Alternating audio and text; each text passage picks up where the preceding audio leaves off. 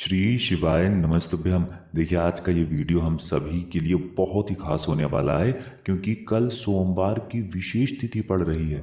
इस माघ मास का ये पहला सोमवार पड़ रहा है और पूज्य गुरुजी ने कहा कि आपको शिवलिंग में एक बिल्कुल नया उपाय करना है। महादेव को प्रसन्न करने के लिए, अपने जीवन में धन धान्य की प्राप्ति के लिए, रोगों को, बीमारियों को समाप्त करने के लिए तथा अपने व्यापार को, बिजनेस को बढ़ाने के लिए आपको ये विशेष उपाय करना है। ये उपाय उन लोगों को भी करना है जिनकी कोई विशेष मनोकामना है जो अभी तक परिपूर्ण नहीं हो पा रही है। चाहे विवाह के लिए मनोकामना हो, चाहे मकान बनवाने के लिए मनोकामना हो, चाहे नौकरी प्राप्त करने की मनोकामना हो, किसी भी प्रकार की मनोकामना इस सिर्फ एक उपाय से परिपूर्ण होने वाली है। तो चलिए जानते हैं इस विशेष उपाय के बारे में, लेकिन उससे पहले एक प्रार्थना। अगर आप चैनल पर नए हैं तो कृपया चैनल को सब्सक्राइब अवश्य कर लें। देखिए, इस वीडियो में हम लोग पूज्य गुरुजी द्वारा बताए गए कुछ बहुत ही खास उपायों के बारे में जानेंगे। माघ मास के पवित्र सोमवार की तिथि में किए जाने वाले ये उपाय आपकी बड़ी से बड़ी मनोकामना को बहुत ही जल्द परिपूर्ण कर देंगे। आपका कोई ऐसा कार्य है जो रुका हुआ पड़ा है, जो अटका हुआ है, जो परिपूर्ण हो ही नहीं पा रहा है, तो वो कार्य भी आपका परिपूर्ण होगा और जीवन की सारी समस्याएं समाप्त होंगी, सारे दुख समाप्त होंगे तथा आपको भी सुख, समृद्धि तथा वैभव की प्राप्ति होगी। चलिए जानते हैं गुरुजी द्वारा बताए गए पहले उपाय के बारे में। इस उपाय के लिए आपको सबसे पहले एक लोटा जल ले लेना है। तांबे के पात्र में अपने घर से आपको जल ले लेना है और इसी के साथ आपको ले लेनी है सिर्फ 3 बेलपत्र। देखिए, ये उपाय बहुत ही खास है क्योंकि इस उपाय में आपको 3 बेलपत्र लेनी है। बेलपत्र का कोई भी उपाय किया जाए तो वो महादेव को अत्यधिक प्रिय होता है क्योंकि बेलपत्र का वृक्ष माता पार्वती के आंसुओं से उत्पन्न हुआ है। इसलिए अगर आपके पास बेलपत्र नहीं है तो आप शिवलिंग के ऊपर चढ़ी हुई बेलपत्र को उठाकर जल से शुद्ध करके उसका भी इस्तेमाल कर सकते हैं, और अगर आपके पास है तो आप उसका भी इस्तेमाल कर सकते हैं। बस आपको ध्यान रखना है कि ये बेलपत्र कहीं से भी कटी फटी नहीं होनी चाहिए और बेलपत्र की डंडी के आखिर में जो डूट होती है यानी जो डंठल होता है वो भी नहीं होना चाहिए। अब ये सारी सामग्री लेकर आपको शिवालय पहुंच जाना है। आपको सिर्फ एक लोटा जल लेना है और 3 बेलपत्र लेनी है और ये दोनों सामग्री लेकर शिवालय पहुंच जाना है।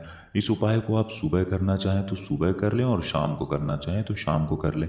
पूरे दिन में किसी भी समय आप इस सुंदर से उपाय को कर सकते हैं। अब देखिए, शिवालय पहुंचने के बाद सबसे पहले आप जो 3 बेलपत्र लेकर आए हैं उनमें से पहली बेलपत्र को आप माता अशोक सुंदरी वाले स्थान में समर्पित कर देंगे। सामने आपको वीडियो में पूरी एक एक चीज स्पष्ट रूप से समझाई जा रही है। ये बेलपत्र आप जो माता अशोक सुंदरी वाले स्थान पर समर्पित करेंगे उसकी चिकनी साइड नीचे की तरफ रहेगी और बेलपत्र की डंडी जलाधारी की तरफ रहेगी। बेलपत्र समर्पित करते हुए आप श्री शिवाय नमस्तुभ्यम मंत्र का स्मरण जरूर करिएगा। इसके बाद आपको दूसरी बेलपत्र लेनी है और ये आपको माता पार्वती का जो हस्त कमल होता है यानी शिवलिंग का जो कटी भाग होता है, शिव पिंडी जिस स्थान पर रखी रहती है वही माता पार्वती का हस्त कमल कहलाता है और उसी स्थान पर आपको ये समर्पित कर देनी है। बेलपत्र की चिकनी साइड का हिस्सा शिवलिंग में टच करेगा और बेलपत्र की डंडी जलाधारी की तरफ रहेगी। इसके बाद आप जो तीसरी बेलपत्र लेकर आए हैं उसको अपने हाथ में रखिए। महादेव से प्रार्थना करिए कि आपके जीवन में बहुत बड़ी समस्या चल रही है, आपकी ऐसी ऐसी मनोकामना है जो परिपूर्ण नहीं हो पा रही है, धन को लेकर कोई समस्या बनी हुई है, व्यापार में कोई दिक्कत चल रही है, धन प्राप्त हो ही नहीं पा रहा है, आर्थिक समस्याओं से लगातार घिरे हुए हैं, या किसी भी प्रकार की कोई मनोकामना है तो उस मनोकामना का स्मरण करिए और ये तीसरी बेलपत्र आपको शिवलिंग के ऊपर समर्पित कर देनी है। बेलपत्र की चिकनी साइड का हिस्सा शिवलिंग में टच करेगा और बेलपत्र की डंडी जलाधारी की तरफ रहेगी।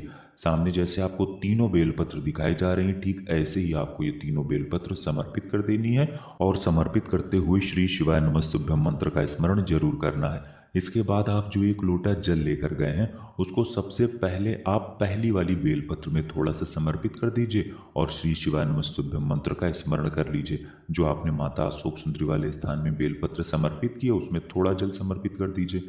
फिर उसके बाद माता पार्वती के हस्त कमल के ऊपर आपने जो दूसरी बेलपत्र रखी है उसके ऊपर थोड़ा सा जल समर्पित कर दीजिए और श्री शिवाय नमस्तुभ्यम मंत्र का स्मरण कर लीजिए।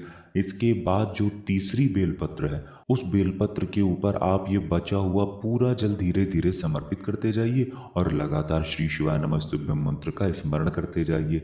इसके बाद जलाधारी से जो जल नीचे गिर रहा है उसको थोड़ा सा अपने हाथ में लेकर अपने ऊपर इस जल का छिड़काव कर लेना है और वहीं शिवलिंग के सामने 1 या 2 मिनट रुक कर श्री शिवाय नमस्तुभ्यम मंत्र का स्मरण करते हुए फिर आपको वापस अपने घर आ जाना है।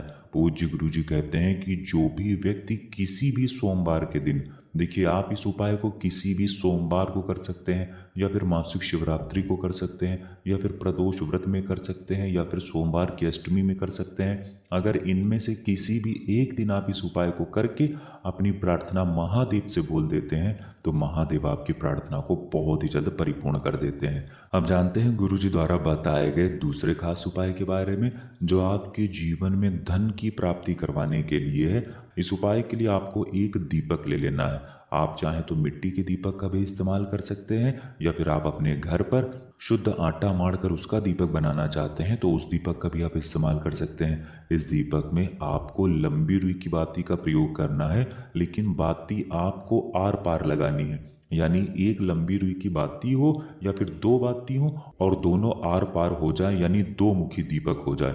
2 मुखी दीपक हो जाए और उस दीपक में आपको घी का इस्तेमाल करना है। शुद्ध देसी गाय का घी मिल जाता है तो आपके उपाय के लिए सर्वोत्तम होता है। देखिए ये 2 बाती जो होंगी वो एक शिव के लिए होगी और दूसरी शक्ति के लिए होगी, यानी शिव और शक्ति को प्रसन्न करके अपने जीवन में धन धान्य को प्राप्त कराने के लिए, धन धान्य की वृद्धि के लिए ये उपाय सर्वोत्तम है। देखिए आपने ये 2 बाती वाला दीपक तैयार कर लिया। इस दीपक के साथ ही आपको एक चावल का दाना ले लेना है। अब ये दीपक लेकर आपको पहुंच जाना है शिवालय। इस उपाय को आप शाम के समय में ही करेंगे। शाम को सूर्यास्त के बाद किसी भी समय आप इस उपाय को कर सकते हैं।